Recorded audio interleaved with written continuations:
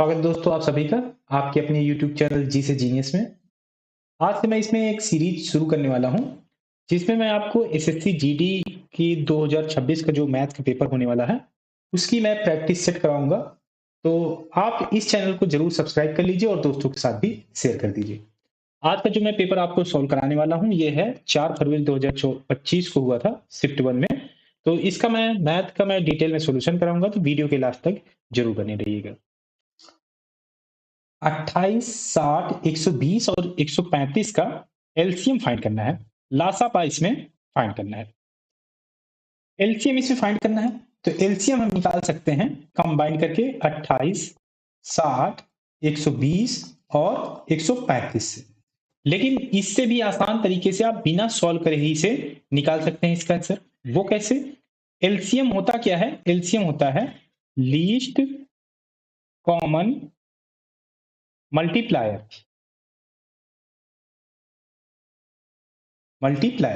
लघुत्तम समावर्तक मतलब कि ऐसी छोटी से छोटी संख्या इसमें हमें फाइंड करनी है जिसको अगर ये नंबर से हम डिवाइड करें तो पूरी की पूरी डिवाइड हो जाए। अगर आप इसमें ध्यान से देखें तो इसमें नंबर है 60 और 120 जिसके लास्ट में जीरो आ रहा है।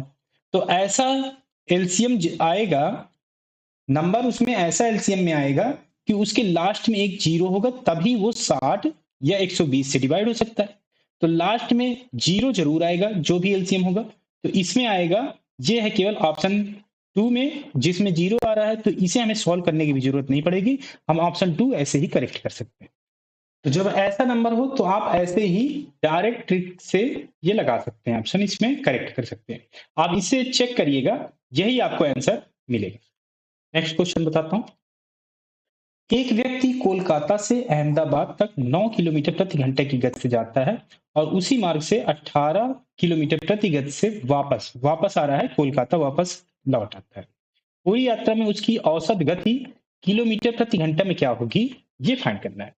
तो जाने की स्पीड दी हुई है 9 किलोमीटर प्रति घंटा और आने की दी हुई है, सेम डिस्टेंस कवर करता है 18 किलोमीटर प्रति घंटे की स्पीड से। तो औसत गति इसमें फाइंड करना है, तो एवरेज स्पीड इसमें फाइंड करना है। एवरेज स्पीड जब आने और जाने की गति दी हुई होती है तो ये हो जाएगा 2xy upon x plus Y. X और y क्या है? ये हैं जो स्पीड दी हुई है जाने और आने की। अब इसमें हम वैल्यू रख के आसानी से एवरेज स्पीड निकाल सकते हैं। तो एक की वैल्यू है 9, दूसरे की वैल्यू 18, तो 18 रख दें और 9 और 18 ये हो जाएगा 27। 9 से इसे डिवाइड करें 3, 3 से इसे डिवाइड करें तो आ जाएगा 6, 6 दूनी 12 और ये हो जाएगा किलोमीटर प्रति घंटे में, क्योंकि ये किलोमीटर प्रति घंटे में था तो इसका आंसर आ जाएगा किलोमीटर प्रति घंटे में। ऑप्शन 2 करेक्ट हो जाएगा। मेरा एक परीक्षा में गणित के 3 प्रश्न पत्र हैं, अंग्रेजी के 2 प्रश्न पत्र हैं और विज्ञान का 1 प्रश्न पत्र है। तो मैथ का दिया हुआ है कि ये हैं 3 पेपर और इंग्लिश के हैं 2 पेपर और साइंस का दिया हुआ है 1 पेपर। अब करके सभी प्रश्न पत्र 100 अंक के थे, तो एस को गणित में 60% और अंग्रेजी में 70%, तो मैथ में मिल रहा है 60% और अंग्रेजी में मिल रहा है 70%, इंग्लिश में 70%। अब विज्ञान में 50% है, तो साइंस में दिया हुआ है कि ये है 50% अंक मिल रहे हैं। फाइंड क्या करना है कि सभी प्रश्न पत्रों में उसके अंकों का प्रतिशत कितना था ये फाइंड करना है। तो एवरेज इसमें फाइंड करना है। तो कहा गया है कि प्रश्न पत्र 100 अंकों के थे, तो 100 अंक के प्रश्न पत्र थे तो ये परसेंट ही हो जाएंगे उसके नंबर। तो 60% 100 हो जाएगा 60, ऐसे ही 70 हो जाएगा और ये हो जाएगा 50। तो मैथ के 3 पेपर थे तो टोटल नंबर कितने हो जाएंगे, 3 गुणे 60 हो जाएगा 180। मैथ में टोटल 180 नंबर हो जाएगा। इंग्लिश का निकालें 2 पेपर था और 70 नंबर पर आ रहा है, ये हो जाएगा 140। और साइंस का देखें तो 1 पेपर था 50 नंबर पर आ रहा है तो 50। तो इन्हें ऐड करें तो 0 0 0, 8 4 12, 5 17 और ये हो जाएगा 2 1 3, 370। टोटल नंबर आ गए 370। और टोटल पेपर कितने हैं? 3, तो 5 और 1 6, 6 पेपर हैं, तो 6 से डिवाइड कर दें तो नंबर एक सब्जेक्ट में एवरेज क्या आएगा ये फाइंड हो जाएगा एवरेज। तो 6 से डिवाइड कर दें तो हो जाएगा, 6 से डिवाइड करें 6 छंग 36, यहाँ पे 10 61 हो जाएगा, 4 बचा 6 छंग 36 .6 और फिर बचेगा 4, तो लगभग आएगा 61.6% प्रतिशत, क्योंकि जितना नंबर आएगा उतना ही परसेंट भी हो जाएगा, क्योंकि 100 पे देखा जा रहा है तो 100 पर मतलब कि परसेंट उतना ही हो जाएगा, तो 61.6%। और ये ऑप्शन 3, तो ऑप्शन 3 करेक्ट हो जाएगा। कहा गया है एक संख्या को पहले 15% घटाया जाता है और फिर 20% बढ़ाया जाता है। तो संख्या को पहले 15% घटाया जाता है, तो 15% घटाएं तो 20 का कोई नंबर, अगर कोई नंबर 20 होगा तो बचेगा 17, क्योंकि 15% घट गया। और कहा गया है कि 20% बढ़ाया जाता है, फिर उसको 20% बढ़ाया जाता है। अगर कोई नंबर 5 है तो फिर क्या हो जाएगा, 20% बढ़ेगा तो ये आ जाएगा 5 का वो 6 हो जाएगा। अब करेंगे इस प्रकार प्राप्त संख्या मूल संख्या से 78 अधिक है, तो इसे हम निकालें, मल्टीप्लाई कर लें तो ये हो जाएगा 20 पंचे 100, 100 से कितना हो जाता है, 17 छंगम 102, 102 हो जाता है। तो 2 यूनिट की वैल्यू क्या दी हुई है, क्योंकि ये 78 अधिक हो जाता है, तो यही 2 यूनिट जो बढ़ी है इसकी वैल्यू दी हुई है 78। तो 1 यूनिट की वैल्यू निकालें, ये आ जाएगा 39। और हमें फाइंड क्या करना है, मूल संख्या। मूल संख्या 100 थी तो 102 हो गई है, तो इसमें 100 से मल्टीप्लाई कर दें, क्योंकि 1 यूनिट की वैल्यू 39 आई है, तो ये 100 यूनिट था तो हो जाएगा 3900, तो 3900 इसका आंसर आ जाएगा, ऑप्शन 1 करेक्ट हो जाएगा। यदि समान ब्याज दर पर 2 वर्षों में साधारण ब्याज 42 रुपए, सिंपल इंटरेस्ट 2 साल का दिया हुआ है 42 रुपए, और चक्रवृद्धि ब्याज 51 रुपए हो, तो कंपाउंड इंटरेस्ट इसमें दिया हुआ है 2 साल का, ये दिया हुआ है 51। कह रहा है कि तो मूलधन क्या होगा ये फाइंड करना है। तो 2 साल का दिया हुआ है, तो 2 साल का जो फार्मूला पढ़ाया गया था आपको, compound interest minus simple interest, वो होता है P into R square upon 100 का स्क्वायर। तो इसमें मूलधन फाइंड करना है, P फाइंड करना है, लेकिन अगर आप देखें तो इसमें इंटरेस्ट रेट भी नहीं दिया हुआ है, तो इंटरेस्ट रेट नहीं दिया हुआ है तो ये फार्मूला तो हम इसमें यूज नहीं कर सकते, ये फार्मूला यूज नहीं कर सकते हैं तो निकालेंगे कैसे। तो इसके लिए आपको कॉन्सेप्ट पता होना चाहिए सिंपल इंटरेस्ट का और कंपाउंड इंटरेस्ट दोनों का। सिंपल इंटरेस्ट क्या होता है कि पहले साल के लिए जो फर्स्ट ईयर के लिए लगेगा वही सेकेंड ईयर के लिए भी लगेगा, सेकेंड ईयर के लिए, और यही थर्ड ईयर फोर्थ ईयर ऐसे ही सेम सेम लगता रहेगा। जो पहले साल में लगेगा इंटरेस्ट वही दूसरे साल में भी लगेगा, ऐसे ही तीसरे साल में लगेगा, ऐसे ही कितने साल आप साधारण ब्याज में लगाएंगे।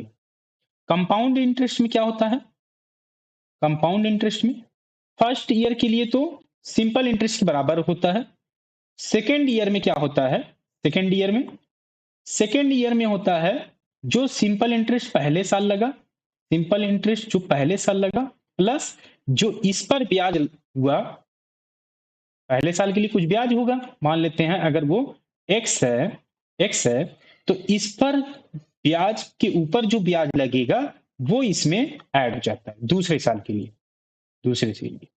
और तीसरे के लिए अगर बात करें, तीसरे के लिए सिंपल इंटरेस्ट तो ये होगा ही होगा, और प्लस इस पर क्योंकि ये ब्याज हो गया अब, तो ये ब्याज के ऊपर जो ब्याज लग जाएगा वो अब इसमें ऐड हो जाएगा, ऐसे। तो ये प्रोसेस चलता रहता है कंपाउंड इंटरेस्ट में। तो पहले साल के लिए दोनों ब्याज, चाहे वो साधारण ब्याज हो चाहे वो चक्रवृद्धि ब्याज हो, दोनों के लिए बराबर होगा। तो साधारण ब्याज हम निकाल सकते हैं एक साल के लिए, 1 ईयर के लिए, तो 1 ईयर के लिए निकालें तो ये 2 साल के लिए 42 है, तो 42/2 हो जाएगा, ये हो जाएगा 21 रुपए। तो एक साल के लिए साधारण ब्याज जो हो जाएगा वो हो जाएगा 21 रुपए, और कंपाउंड इंटरेस्ट भी पहले साल के लिए तो 21 रुपए ही रहेगा, 21 रुपए ही रहेगा। दूसरे साल के लिए क्या हो जाएगा, ये फर्स्ट ईयर के लिए है, फर्स्ट के लिए, तो सेकेंड ईयर के लिए हो जाएगा ये 21, तो ये होगा ही होगा, प्लस 21 के ऊपर भी ब्याज लग जाएगा। 21 के ऊपर भी ब्याज लगेगा, जितने परसेंट की ब्याज लग रहा है उस पर भी ब्याज लग जाएगा। तो पहले साल के लिए 21 हो गया, दूसरे साल के लिए कितना बचा? 51 में अगर हम 21 घटा दें तो टोटल 30 होना चाहिए। तो 21 साधारण ब्याज का जो हिस्सा था वो आ गया, और जो ब्याज के ऊपर ब्याज आएगा वो कितना बचा?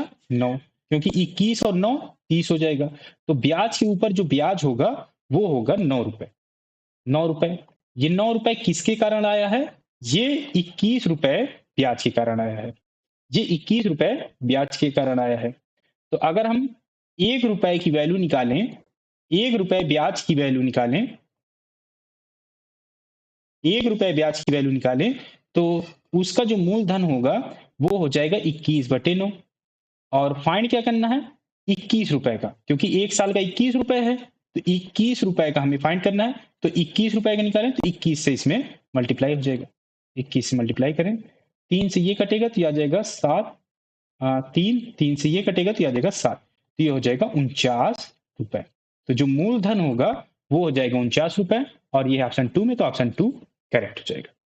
तो इस कॉन्सेप्ट से आपको ये क्वेश्चन करना है। ये काफी बड़ा सा क्वेश्चन दिखाई दे रहा है, तो इसे आप लास्ट के लिए ही छोड़िए। आप एग्जाम में भी ऐसे ही करिएगा कि जब कोई लेंदी क्वेश्चन दिखे, बड़ा सा क्वेश्चन दिखे, तो आप लास्ट के लिए छोड़िएगा। इसे भी मैं बाद में बताऊंगा, लास्ट में भी ऐसे ही आप भी करिएगा। जो क्वेश्चन आसान से है पहले उनको कर लिया जाए, बाद में जो कठिन क्वेश्चन है वो लास्ट में टाइम बचेगा तो इसको करेंगे, नहीं तो नहीं करेंगे, वो आपके लिए। लेकिन मैं इसमें आपको बताऊंगा उस वस्तु का लागत मूल्य क्या है जिसे 1566 में 8% लाभ पर बेचा जाता है। अगर कॉस्ट प्राइस 100 रुपए है तो सेलिंग प्राइस क्या होगी? 8% का लाभ हो रहा है तो ये हो जाएगा 108। इसे और सॉल्व करें तो 4 से डिवाइड करें दोनों जगह, तो ये हो जाएगा 25 और ये हो जाएगा 27। अगर कोई चीज 25 की है तो वो 27 की बिकेगी। और ये वैल्यू क्या दी हुई है? 1566। ये किसकी दी हुई है? सेलिंग प्राइस की, 1566। 27 यूनिट की वैल्यू 1566 है, 27 यूनिट की वैल्यू 1566 है, तो 25 यूनिट की वैल्यू हम निकाल लें तो कॉस्ट प्राइस फाइंड हो जाएगा, क्योंकि 27 यूनिट की वैल्यू 1566 दिया हुआ है, तो 25 यूनिट की वैल्यू हम निकाल लें। तो 27 से डिवाइड कर दें 1566 को, 27, तो एक की वैल्यू आ गई, 25 की चाहिए तो 25 से मल्टीप्लाई।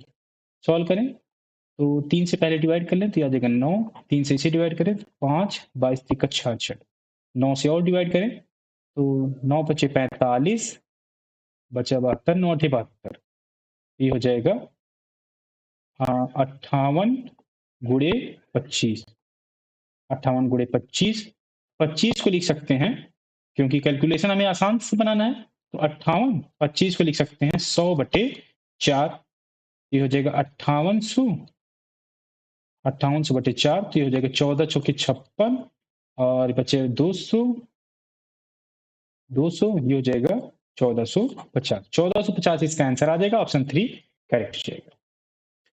दो संख्याओं का अनुपात 4:9 है, उनके बीच का औसत समानुपाती 24 है, तो दोनों संख्याओं के बीच का धनात्मक अंतर ज्ञात कीजिए कि क्या होगा। नंबर दिया हुआ है अनुपात में, तो एक नंबर हम 4x मान लें तो दूसरा नंबर 9x हो जाएगा। इसका औसत समानुपाती 24 है, तो औसत समानुपाती क्या हो जाएगा? अंडर रूट इन दोनों का मल्टीप्लीकेशन। ये किसके इक्वल दिया हुआ है? 24 के, तो x की वैल्यू हम यहां से निकाल सकते हैं। तो 4 का स्क्वायर रूट 2 होगा, 9 का स्क्वायर रूट 3 होगा, x और x है तो एक x बाहर आ जाएगा, 24, 3 दूनी 6, 6 से ये 24 कटेगा तो 4, तो x की वैल्यू यहां से आ जाएगी 4। फाइंड क्या करना है? दोनों संख्याओं का धनात्मक अंतर फाइंड करना है, तो बड़े में से छोटा घटा दें, 9 में से 4 घटेगा तो आ जाएगा 5x, और x की वैल्यू 4 है तो 5 चौके 20, 20 इसका आंसर आ जाएगा, ऑप्शन 4 करेक्ट हो जाएगा। दो ट्रेनें जिनकी लंबाई क्रमशः 210 मीटर और 140 मीटर है, एक ही दिशा में जा रही हैं, एक ट्रेन दूसरी भी ट्रेन 80 किलोमीटर प्रति घंटा और 150 किलोमीटर प्रति घंटे की गति से चल रही है। एक 150 किलोमीटर प्रति घंटे की स्पीड से जा रहा है और एक जा रही है ट्रेन 80 किलोमीटर प्रति घंटे की स्पीड से। कह रहा है कि पीछे से आ रही तेज ट्रेन द्वारा दूसरी ट्रेन को पूरी तरह से पार करने में लिया गया समय मिनटों में क्या होगा, ये फाइंड करना है। तो समय फाइंड करना है। टाइम क्या होता है? Distance upon speed, distance upon speed. तो ये रिलेटिव डिस्टेंस होगा और ये होगा रिलेटिव स्पीड। सापेक्षिक दूरी, सापेक्षिक दूरी, और ये हो जाएगा सापेक्षिक चाल, समय जो होगा सापेक्षिक चाल। तो टाइम निकाल लें। तो डिस्टेंस क्या हो जाएगा? जो दोनों लंबाई है वो ऐड हो जाएंगी, एक दूसरे को पार करने के लिए दोनों लंबाई इसमें ऐड हो जाएंगी, वो हो जाएगी सापेक्षिक दूरी। तो 210 और प्लस ये हो जाएगा 140, और ये जो वैल्यू दी हुई है ये मीटर में दी हुई है। तो चाल हमें रखनी पड़ेगी मीटर पर सेकेंड में। तो सापेक्षिक चाल क्या हो जाएगी? बड़ी जो चाल होगी, जो बड़ी चाल होगी उसमें से छोटी चाल घटा देंगे, क्योंकि एक ही दिशा में जा रही हैं तो चालें घट जाएंगी। तो 150 में से 80 घटेगा तो आ जाएगा 70, और इसे ये किलोमीटर प्रति घंटा में है तो इसे मीटर पर सेकंड में बदलने के लिए 5/18 से मल्टीप्लाई करना पड़ेगा, ये हो जाएगा मीटर पर सेकंड में। तो अब जो समय आएगा वो आ जाएगा सेकंड। सॉल्व करें तो 210 और 140 350 हो जाएगा, और 70 गुणे 5, और ये 18 ऊपर चला जाएगा, ये हो जाएगा 18 से ऊपर मल्टीप्लाई। 70 से ये काटे तो 5, 5 से ये काटे तो ये काम, ये हो जाएगा, ये आ जाएगा 18 सेकेंड। वैल्यू मिनट में फाइंड करना है, तो मिनट में फाइंड करने के लिए 18 को 60 से डिवाइड कर देंगे तो ये आ जाएगा मिनट में वैल्यू। 6 से डिवाइड करें तो 6 × 18, ये 10 हो जाएगा, 3/10 की आ जाएगा 0.3 मिनट। ये इसका आंसर आ जाएगा, ऑप्शन 2 करेक्ट हो जाएगा। पेट्रोल की कीमत प्रति लीटर में 85% की वृद्धि होती है, 85% की वृद्धि होती है। तो कोई अगर पेट्रोल की वैल्यू 100 से 185 हो जाती है, जो पेट्रोल की वैल्यू होगी पेट्रोल की, कह रहा कि इसकी खपत में कितने प्रतिशत की कमी की जानी चाहिए ताकि इस पर होने वाला खर्च 48% ही बढ़े। तो खपत खपत कितना कम किया जाना चाहिए जिससे इसका जो खर्च है वो केवल 48% ही बढ़े। तो पेट्रोल की कीमत अगर हम 100 रुपए मान लें और जो खपत है 100 लीटर मान लें, तो टोटल वैल्यू फाइंड हो जाएगी। टोटल जो वैल्यू पेट्रोल पर खर्च हो रही है वो फाइंड हो जाएगी। तो 100 गुणे 100 ये हो जाएगी उसकी वैल्यू। अब इसमें जो कंडीशन दी हुई है, कह रहा है कि पेट्रोल की कीमत 85% बढ़ गई, तो 100 क्या पेट्रोल 185 हो गया है, तो वैल्यू जो न्यू होगी, न्यू ये हो जाएगी 185 का रेट हो गया, क्योंकि पेट्रोल की कीमत 185 होगी। अब खपत तो हमें कम करनी है, तो मान लेते हैं खपत 100 गई है, लेकिन इसमें एक कंडीशन और दी हुई है कि इस पर होने वाला खर्च केवल 48% ही बढ़े। पहले जो वैल्यू थी इसमें 48% और बढ़ा दें, तो 100 गुणे 100, 48% इसमें बढ़ाएं तो 148/100 हो जाएगा। तो 100 से ये 100 कैंसिल हो जाएगा, तो आ जाएगा 100 गुणे 148। ये वैल्यू और ये वैल्यू बराबर हो जाएगी, क्योंकि इतनी ही बढ़ानी थी जो इसके इक्वल होनी चाहिए। तो इन दोनों को इक्वल कर दें तो 100 गुणे 148, और ये हो जाएगा 185 गुणे x। x की वैल्यू फाइंड करना है, ये हो जाएगा 100 गुणे 148, और ये हो जाएगा 185। 5 से डिवाइड करें, ये हो जाएगा 37, 5 से इसे डिवाइड कर दें तो ये हो जाएगा 20, 37 से इसे डिवाइड कर सकते हैं, ये हो जाएगा 4, तो 20 चौके 80, 80। तो पहले हमने खपत 100 लीटर मानी थी, लीटर में जो खपत थी 100 लीटर मानी थी, अब 80 रह गई, तो कितने परसेंट की कमी हुई? 100 में 20 घट गया, यही हो जाएगा इसका परसेंट, क्योंकि 100 में वही परसेंट भी हो जाएगा, 20% की कमी आ गई, ऑप्शन 3 करेक्ट हो जाएगा। ए एक काम को 32 दिनों में, ए किसी काम को 32 दिनों में कर रहा है और बी उसे 48 दिनों में पूरा कर सकता है। बी करेगा तो 48 दिनों में पूरा करेगा। है कि वे 8 दिनों तक एक साथ काम करते हैं और फिर ए चला जाता है। तो टोटल वर्क निकालने पहले, एलसीएम लें 48 और 32 का, तो 96। इफिशियंसी निकालें, तो 32 दिन में 96 काम करेगा, तो एक दिन में 3 काम करेगा। 48 तो 96, ये 2 काम करेगा एक दिन में। और इसमें फाइंड क्या करना है, कह रहा है कि 8 दिनों तक एक साथ काम करते हैं। ए और बी एक साथ काम कर रहे हैं, एक दिन में ए काम करेगा 3 काम, और बी करेगा 2 काम। तो 8 दिन तक काम करते हैं, तो 8 गुणे 3 और 2 5, टोटल काम कितना हो गया 40। 40 काम पूरा हो गया है। अब करें कि ए चला जाता है, ए चला गया, केवल बचा बी। बी शेष कार्य का 60% कितने दिनों में पूरा करेगा, ये फाइंड करना है। तो बचा कितना, 40 काम कंप्लीट हो गया है, 96 में से 40 निकालें तो हो जाएगा 56। 56 काम अभी बचा हुआ है, इसमें से भी 60% काम करना है। तो 60% निकाल लें इसका, तो 60/100, 0 से 0, और ये हो जाएगा 56 गुणे 6/10 कर दें। फाइंड क्या करना है कि कितने दिनों में ये बी करेगा।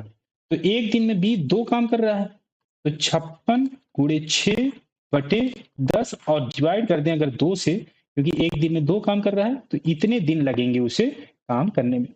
तो सॉल्व कर लें, 2 से ये डिवाइड होगा 3, और 6 3 18, 1 5 से 15, 16, 168/10, तो ये हो जाएगा 16.8 दिन। इतना टाइम लगेगा उसे काम को पूरा करने में। 16.8 इसका आंसर आ जाएगा, ऑप्शन 3 करेक्ट हो जाएगा। इसमें मान निकालना है, ऑड मास का क्वेश्चन है। ऑड मास, बॉड मास में पहले ब्रैकेट, तो ब्रैकेट पहले सॉल्व करना है। तो सबसे छोटा पहले ब्रैकेट फॉलो होता है, सबसे छोटा ब्रैकेट यहाँ पर है और यहाँ पर है, पहले इसे सॉल्व कर लें। तो 48 को डिवाइड करना है 8 से, तो हो जाएगा 6, और इस ब्रैकेट को सॉल्व करें तो हो जाएगा 7 में से 3 गया, तो ये आ जाएगा 4। और ये डिवीजन में है, तो इसे भी साथ ही साथ सॉल्व कर लें। 49/7, तो इसे हम 7 लिख सकते हैं। 40/4, तो इसे हम लिख सकते हैं 10। अब इसे सॉल्व करें तो हो जाएगा 6 गुणे, और ये ब्रैकेट, ब्रैकेट में 7 + 10, और मल्टीप्लीकेशन में आ जाएगा 4। ब्रैकेट के अंदर भी बॉड मॉस लगाना है, तो इसमें और ब्रैकेट तो है नहीं, मल्टीप्लीकेशन इसमें पहले सॉल्व करेंगे। तो 10 गुणे 4, ये हो जाएगा 40, 40, ये हो जाएगा 6 गुणे 40 और 7, ये हो जाएगा 47, ये हो गया 47। तो 47 गुणे 6, 7 6 42, 4 6 चौके 24, 4 28, 282 इसका आंसर आ जाएगा, ऑप्शन 1 करेक्ट हो जाएगा। वह सबसे बड़ी 4 अंकों की संख्या ज्ञात कीजिए। सबसे बड़ी 4 अंकों की संख्या क्या होगी, ये होगी 9999, ये होगी सबसे बड़ी संख्या। लेकिन इसमें कंडीशन क्या दी हुई है, कहा गया है कि जो 15, 25 और 40 और 75 से पूरी तरह से विभाज्य हो, तो इनसे डिविजिबल भी होनी चाहिए। तो इनसे डिविजिबल होने के लिए हमें पहले इनका एलसीएम लेना पड़ेगा। तो एलसीएम निकाल लें, फिर वो जो नंबर आएगा, जो एलसीएम आएगा, उससे डिवाइड करके ये हम देखेंगे कि अगर ये पूरी की पूरी डिवाइड हो जाती है तो यही वो नंबर होगी, नहीं होती है तो इसमें से हम वो नंबर घटा देंगे। तो पहले इसका हम एलसीएम निकालें, 15, 25, 40 और 75। तो पहले अगर हम 2 से डिवाइड करें, ये हो जाएगा 15, ये 25, और ये 20 हो जाएगा, ये 75। फिर 2 से डिवाइड करें, ये 15, 25, 10, 75। फिर 2 से डिवाइड करना पड़ेगा, तो ये हो जाएगा 15, 25, ये 5, और ये हो जाएगा 75। 3 से हम डिवाइड कर सकते हैं, तो ये हो जाएगा 5, 25, 5, और ये हो जाएगा 25। 5 से डिवाइड करें फिर, तो ये 1 हो जाएगा, ये 5, ये 1 हो जाएगा, ये 5। फिर 5 से डिवाइड करेंगे तो सभी नंबर 1 1 1 हो जाएंगे। तो एलसीएम निकालें, तो 2 दूनी 4, 4 दूनी 8, 8 तिक 24, 24 पंचे 120, 120 पंचे 120 पंचे, हो जाएगा 600। तो एलसीएम आ गया इसका 600। तो जो भी नंबर होगी 4 अंकों की सबसे बड़ी, वो 600 से डिविजिबल होना चाहिए। तो 999 को हम 600 से डिवाइड कर लें और जो इसका रिमाइंडर आएगा उसे इसमें से हम घटा देंगे, तो वही एक्चुअल जो नंबर हमें फाइंड करनी थी वो फाइंड हो जाएगी। तो 600 से डिवाइड करें तो 600 एकम 600, तो यहाँ से निकलेगा 9, 9 ये 3, फिर 9 उतरेगा तो 6 छंग 36, तो 6 छंग 3600, तो इसमें से 9, 9, 3, तो 399 इसका रिमाइंडर आ गया। ये रिमाइंडर इसमें से घटाना पड़ेगा। 9,999 में से 399 घटा लें, 0, 0, यह आ जाएगा 9600। तो 9600 ये होगी, ये 9600 जो होगी वो सबसे बड़ी 4 अंकों की संख्या होगी जो इन सभी नंबर से पूर्णतः विभाज्य होगी, और ये ऑप्शन 1 में, तो ऑप्शन 1 करेक्ट हो जाएगा। दो संख्याओं की ऊंचाई का अनुपात 4:3 है, उनके आधारों की त्रिज्या का अनुपात 1:2 है। ऊंचाई का अनुपात दो संख्या है तो h1 और h2 की वैल्यू 4/3 दिया हुआ है, और आधारों की त्रिज्या का अनुपात तो r1/r2 की वैल्यू दी हुई है 1/2। आयतन का अनुपात इसमें फाइंड करना है, तो आयतन हो जाएगा v1/v2, ये हो जाएगा पहले के लिए अगर देखें 1/3 पाई r1² h1, और दूसरे के लिए 1/3 पाई r2² h2। 1/3 से 1/3, पाई से पाई कैंसिल हो जाएगा, तो बचेगा इसमें r1 का स्क्वायर, और इसे हम लिख सकते हैं r1/r2 का होल स्क्वायर लिख सकते हैं, इंटू h1/h2 ये लिख सकते हैं। अब इसमें हम वैल्यू रख दें, r1/r2 की वैल्यू 1/2 है, और स्क्वायर हो जाएगा तो 1/4 हो जाएगा। h1/h2 की वैल्यू 4/3 है, तो 4/3, 4 से 4 कट जाएगा तो यह आ जाएगा 1/3। अनुपात देखें तो 1:3 हो जाएगा, ऑप्शन 2 इसमें करेक्ट हो जाएगा। एक बेईमान दुकानदार अपने सामान को लागत मूल्य पर बेचने का वादा करता है, हालांकि वह एक ऐसे बाट का उपयोग करता है जिसका वास्तविक वजन उस पर लिखे वजन से 46% कम है। उसका लाभ प्रतिशत ज्ञात करना है कि क्या होगा, तो परसेंटेज प्रॉफिट इसमें फाइंड करना है। तो सामान जो है वो लागत मूल्य पर बेच रहा है, तो कॉस्ट प्राइस और सेलिंग प्राइस की बात करें तो कोई वस्तु अगर 100 रुपए की है तो उसे 100 रुपए में ही बेच रहा है। 46% कम दे रहा है कस्टमर को। अगर कोई कस्टमर 100 रुपए का सामान मांगता है, तो 100 रुपए का सामान मांगता है तो उसे मिलता कितने का है, 46% कम, मतलब कि 46 रुपए का कम मिलेगा, तो 54 रुपए का ही सामान वो देगा।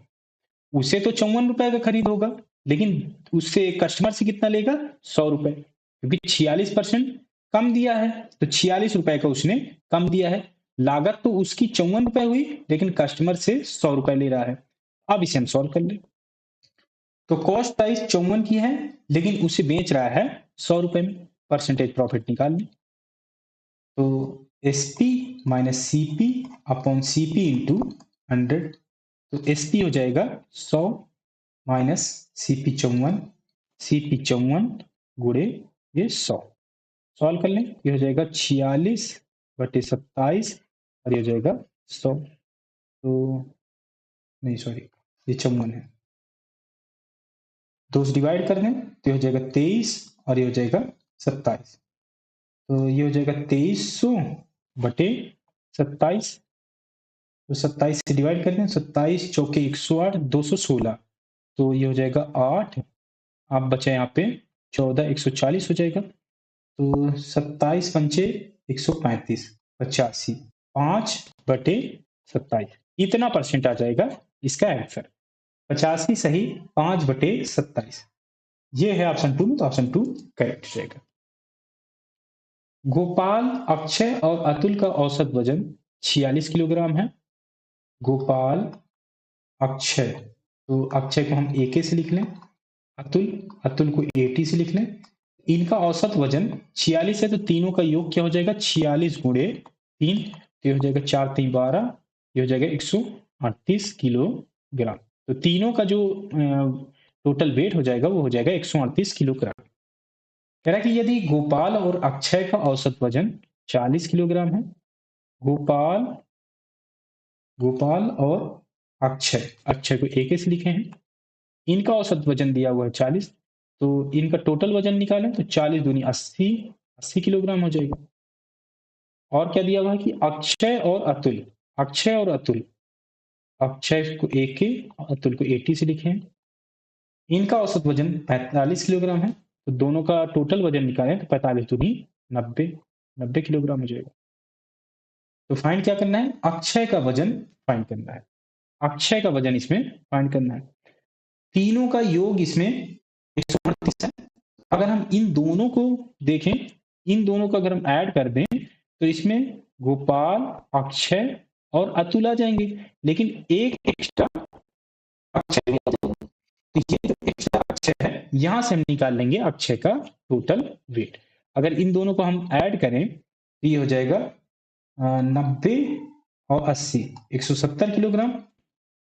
और ये जो ज्यादा आया है इससे यही हो जाएगा, इसका जो डिफरेंस हो जाएगा यही हो जाएगा अक्षय का वेट। तो 170 में से 138 घटा दें, 2 और यहाँ बचा 6, 3, 32 किलोग्राम। इसका आंसर आ जाएगा ऑप्शन 3 करेक्ट हो जाएगा। एक छात्र को पुस्तक खरीदने पर निम्नलिखित 4 ऑफर मिल रहे थे। 4 ऑफर दिए हुए हैं, इसमें कह रहा है कि किस योजना से छात्र को सबसे अधिक छूट मिल रही है, ये फाइंड करना। तो इसमें अगर हम पहला ऑफर देखें तो लगातार 2 बार 20% और 20% की छूट मिलती है। तो टू डिस्काउंट का फार्मूला सिंगल डिस्काउंट में करने के लिए होता है x plus Y minus X into Y upon 100। ये तो पहले वाले में निकाल लें, पहले वाले में निकालें तो 20% और 20% का 20%, 20 प्लस 20 हो जाएगा और माइनस 20 गुणे 20 और बटे 100, 0 से 0, 0 से 0, 2 दूनी 4 और 20 20 40, 40 में से 4 घटेगा तो आ जाएगा 36% का इसमें डिस्काउंट मिलेगा। सेकंड वाले का निकालें, ये हो जाएगा 25 और 15 माइनस 25 गुणे 15 बटे 100, 25 से डिवाइड करें तो आ जाएगा 4, 15 में से 15 को डिवाइड करें 4 से तो 3.75 आएगा, 3.75। और ये हो जाएगा 25 और 40, 25 और 15 40 हो जाएगा माइनस 3.75, तो ये आएगा 36.725 आएगा, 25। सबसे अधिक छूट इसमें फाइंड करना है, सबसे अधिक छूट। तो तीसरा निकालें तो इसमें इससे ज्यादा आ गई, तीसरा निकालें 30% और 10% का, तो 30 और 10 प्लस हो जाएगा माइनस 30 गुणे 10 बटे 100, 0 से 0, 0 से ये 0, तो 30 10 40, 40 में से 3 गया तो आ जाएगा 37। फोर्थ निकालें तो 5 और 35 माइनस ये हो जाएगा 5 गुणे 35 बटे 100, 5 से ये डिवाइड होगा तो ये हो जाएगा 20 और 5 से ये डिवाइड होगा तो 7 हो जाएगा, ये हो जाएगा 4, तो 4 को डिवाइड करेंगे 7 बचे 35, ये हो जाएगा 40 माइनस 1.75, ये हो जाएगा 38.25। तो सबसे ज्यादा छूट किसमें आएगी, ये आएगी 38.25 की। ये है 4 में, ऑप्शन 3 करेक्ट हो जाएगा इसमें, क्योंकि फोर्थ वाले में सबसे ज्यादा है तो ये ऑप्शन 3 इसमें करेक्ट हो जाएगा। विपुल 5400 रुपए और विजय 9400 रुपए का निवेश समान वार्षिक साधारण ब्याज दर पर करते हैं। यदि 5 वर्षों के अंत में विजय को विपुल से 840 अधिक ब्याज प्राप्त होता है तो वार्षिक ब्याज दर प्रतिशत में ज्ञात कीजिए कि क्या होगा। तो अंतर दिया हुआ है, साधारण ब्याज का अंतर दिया हुआ है, तो साधारण ब्याज का अंतर क्या है, सिंपल इंटरेस्ट का जो अंतर है ये है 840। इसमें फाइंड क्या करना है, ब्याज दर, इंटरेस्ट रेट फाइंड करना है। तो साधारण ब्याज का फार्मूला होता है principal into R interest rate into time upon 100। तो प्रिंसिपल क्या होगा, अंतर 840 है, 840 अंतर, साधारण ब्याज का अंतर 840 है, तो जो प्रिंसिपल होगी ये भी डिफरेंस हमें लेनी पड़ेगी। जो भी डिफरेंस आएगा प्रिंसिपल का, मूलधन का जो डिफरेंस आएगा वही यहाँ पर लेना पड़ेगा, तब हमें इंटरेस्ट रेट फाइंड होगा। तो 94 एक का है, 5400 एक का है, तो 94 में से 5400 घटा दें तो आ जाएगा 4000। इंटरेस्ट रेट फाइंड करना है तो आर ऐसे रख दें। टाइम 5 साल दिया हुआ है, 5/100, 2 जीरो से 2 जीरो, 1 जीरो से 1 जीरो कैंसिल हो जाएगा, 4 से 21। आर की वैल्यू निकालें तो यह हो जाएगा 21/5, यह हो जाएगा 4.2% में आ जाएगी। 4.2 इसका आंसर आ जाएगा, ऑप्शन 4 करेक्ट हो जाएगा। दो संख्याओं का एचसीएफ मासापा दिया हुआ है 11 है और इनका योग 132 है। यदि दोनों संख्याएं 42 से बड़ी हैं, 42 से बड़ी दी हुई है कि दोनों की जो भी दो संख्याएं हैं वो 42 से बड़ी हैं, तो दोनों संख्याओं का अंतर फाइंड करना है कि क्या होगा। मासापा 11 दिया हुआ है, तो नंबर हम मान सकते हैं इसी के मल्टीपल में। पहली नंबर मान लेते हैं 11x, क्योंकि मासापा 11 है तो इसी के मल्टीपल में होंगे, इसी के गुणक में होंगे। तो पहली संख्या 11x मान लिया तो दूसरी संख्या 11y हो जाएगी। इनका योग दिया हुआ है 132 है, 11x प्लस 11y की वैल्यू जो दी हुई है ये 132 है। x प्लस वाई की वैल्यू हम निकाल सकते हैं, 11 से दोनों तरफ डिवाइड कर दें, ये हो जाएगा 12। तो x प्लस वाई की वैल्यू 12 होगी। अब कह रहे हैं कि दोनों संख्याएं 42 से बड़ी हैं, तो ऐसे क्या कॉम्बिनेशन हो सकते हैं x और y के जिनका योग 12 हो। तो 12 के हम ऐसे क्या कॉम्बिनेशन निकालें, तो पहली संख्या हम 1 ले लें और दूसरी संख्या 11 ले लें, तो 11 1 12 हो जाएगा और इनका एचसीएफ भी 1 होगा, क्योंकि एचसीएफ 11 ही है और जो कि हमने यहाँ पे मल्टीप्लाई में ले लिया है। तो अब इनका एचसीएफ 1 ही होना चाहिए। अब जो दो नंबर निकालेंगे वो उनका एचसीएफ 1 होना चाहिए। जैसे अगर हम 2 और 10 ले लें तो इनका एचसीएफ 2 हो जाएगा, तो 2 और 11 22 हो जाएगा। लेकिन अब हमें जो एचसीएफ रखना है उसे 1 ही रखना है, तो 2 और 10 हम कॉम्बिनेशन नहीं ले सकते। 2 और 10 3 और 9 हो जाएगा। और कॉम्बिनेशन देखें तो 2 और 10 क्या हम ले सकते हैं, क्योंकि अगर हम 2 और 10 लेंगे तो एक एचसीएफ यहाँ पर 2 आएगा, जो कि हमें एचसीएफ रखना है केवल 1, तो ये 2 और 10 का कॉम्बिनेशन नहीं ले पाएंगे। 3 और 9 क्या ले सकते हैं, 3 और 9 में 3 एचसीएफ आ जाएगा, इससे भी हम नहीं ले सकते हैं। 4 और 8 में भी नहीं ले सकते हैं, क्योंकि 4 वहां पे एचसीएफ आ जाएगा। 5 और 7 ले सकते हैं, 5 और 7, फिर 6 और 6 और फिर नंबर रिपीट होने लगेंगे, तो केवल 2 ही कॉम्बिनेशन बचेंगे। अगर पहली संख्या निकालें, क्योंकि 11 का मल्टीपल था, 1 को अगर हम x मान लें और 11 को y मान लें, तो ये पहली जो संख्या हो जाएगी 11 हो जाएगी, 11, और दूसरी संख्या हो जाएगी 11 गुणे 11 121, जो कि दिया हो कि 42 से बड़ी होनी चाहिए। ये तो कॉम्बिनेशन नहीं होगा। कॉम्बिनेशन हो सकता है ये 11x को अगर हम 5 मान लें तो 11 पचे 55 और दूसरी हो जाएगी 11 सते 77, तो ये कॉम्बिनेशन हो सकता है। अब इसमें से इसका डिफरेंस निकालना है, तो 77 में से 55 घटेगा तो आ जाएगा 22, 22 इसका आंसर आ जाएगा, ऑप्शन 2 करेक्ट हो जाएगा।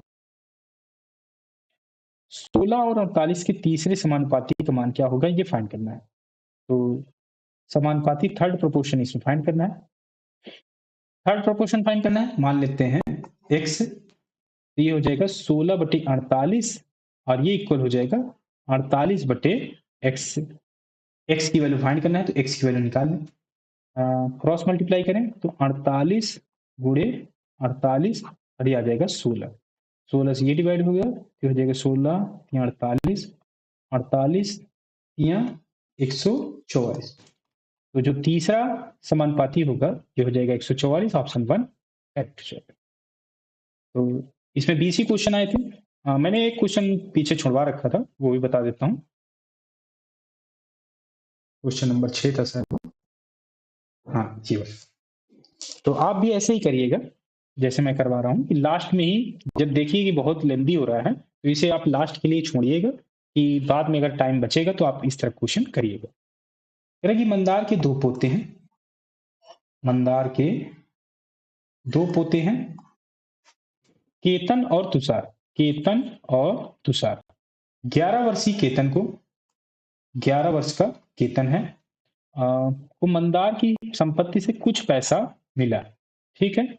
और 12 वर्षीय तुषार को, तुषार की जो एज दिया हुआ है ये 12 वर्ष दिया हुआ है। कह रहा है तुषार को शेष राशि मिली है, शेष राशि मिली है, कुछ इसको मिली है, जो बचा इसको मिल गया। लेकिन केतन और तुषार को पैसा तभी मिलेगा जब वे 22 वर्ष के हो जाएंगे। पैसा तभी मिलेगा जब 22 वर्ष के हो जाएंगे। कह रहा है तब तक पैसा एक बैंक में जमा है, पैसा बैंक में जमा हो गया, जिस पर 8% वार्षिक चक्रवृद्धि ब्याज मिल रहा है। चक्रवृद्धि ब्याज इसमें 8% की ब्याज पर मिल रहा है। कह रहा है कि जब दोनों 22 वर्ष के हो जाते हैं तो उन्हें समान राशि मिलती है, दोनों की समान राशि मिलती है। ब्याज में जमा है, ब्याज में बैंक में जमा है तो ब्याज उससे बढ़ता रहेगा। कह रहा है कि यदि मंदार के पास कुल 24,700 थे, इसके पास 24,700 थे, तो मंदार ने तुषार को प्रारंभ में कितना पैसा दिया था ये फाइंड करना है। मंदार ने तुषार को, तुषार वाला हमें फाइंड करना है, तो मान लेते हैं ये एक्स है, इसका एक्स मान लेंगे तो 24,000 टोटल, 24,700 टोटल था, तो 24,700 में से एक्स घट गया तो ये हो जाएगा इसकी वैल्यू। ये प्रारंभ में कितना पैसा दिया गया था ये फाइंड करना है। तो प्रारंभ में एक को एक्स मिला, जिसका हमें फाइंड करना है उसका एक्स मान लिए, और जो दूसरा बचा केतन वाला ये हो जाएगा 24,700 माइनस एक्स। अब ये जो अब ये जो वैल्यू है, ये जो पैसे हैं ये बैंक में जमा हो रहे हैं और चक्रवृद्धि ब्याज इसमें लग रही है। और दोनों के जब 22 वर्ष होते हैं, 22 साल पूरे हो जाते हैं, उनकी उनकी एज 22 साल पूरी हो जाएगी, तब उनको जो वैल्यू मिलेगी, जो पैसा मिलेगा वो बराबर होगा। तो चक्रवृद्धि ब्याज दोनों का लगा दें, जो टोटल अमाउंट होगी दोनों के बराबर होगी। तो पहले हम केतन का निकालें, तो केतन की वैल्यू है, पैसा जो है 24,700 माइनस एक्स है। केतन 11 साल का है, 22 साल पर उसे मिलेगा, तो कितने साल के लिए ब्याज दर लगेगा, चक्रवृद्धि ब्याज कितना लगेगा 11 साल के लिए। तो 1 प्लस आर, आर की वैल्यू 8 दिया हुआ है, जो इंटरेस्ट रेट दिया हुआ है, ब्याज दर दी हुई है 8 है, 8/100, और टाइम है 11 साल, क्योंकि 11 तो एज हो गई है, 22 पर मिलेगा तो 11 साल का ब्याज लग जाएगा। ये वैल्यू किसके बराबर होगी, तुषार की, जब वो 22 साल का होगा तब। तो तुषार की वैल्यू कितनी है, एक्स है 12 साल पर, और इस पर चक्रवृद्धि ब्याज लगाएं, ये हो जाएगा 1 प्लस 8/100, और अब इसके कितने होंगे, 12 साल के ये है, 22 पर मिलेगा तो कितना बचा इसमें 10 साल, तो 10 साल के लिए ब्याज इसमें जुड़ेगा, 10 साल तक ब्याज इसमें जुड़ेगा। तो इसे सॉल्व करें, तो 1 प्लस 8 डिवाइडेड बाई 100 की पावर 10 से इसे हम डिवाइड करें तो ये बचेगा 1 पावर, 1 प्लस 8/100 इतना। तो 24,700 माइनस एक्स गुड़े ये हो जाएगा 1 प्लस 8, तो ये हो जाएगा 108/100, ये हो जाएगा एक्स। तो 4 से डिवाइड कर सकते हैं तो ये आ जाएगा 27, और ये हो जाएगा 25। तो 27 से इधर मल्टीप्लाई कर दें, 24,700 माइनस इसमें 27 से मल्टीप्लाई कर दें, ये हो जाएगा 27, और ये माइनस 27 एक्स हो जाएगा, और ये 25 इधर जाके मल्टीप्लाई हो जाएगा तो ये हो जाएगा 25 एक्स। 27 और 25 ये हो जाएगा 52, तो इसे टोटल 52 लिख दें, 52 एक्स। एक्स की वैल्यू हमें फाइंड करनी है, तो ये हो जाएगी 24,700 गुणे 27 बटे ये हो जाएगी 52। 13 से डिवाइड कर सकते हैं तो ये आ जाएगा 4, 13 से इसे डिवाइड करें तो 13 कम 13, 13 नहीं है 117, 9 0 0। तो सॉल्व करें तो 19 सत्ते 133, 13 19 दूनी 38, 38 और 13 51, 513 और 0 0 लग जाएगा क्योंकि 2 जीरो थे। ये 4 से डिवाइड करें अब, तो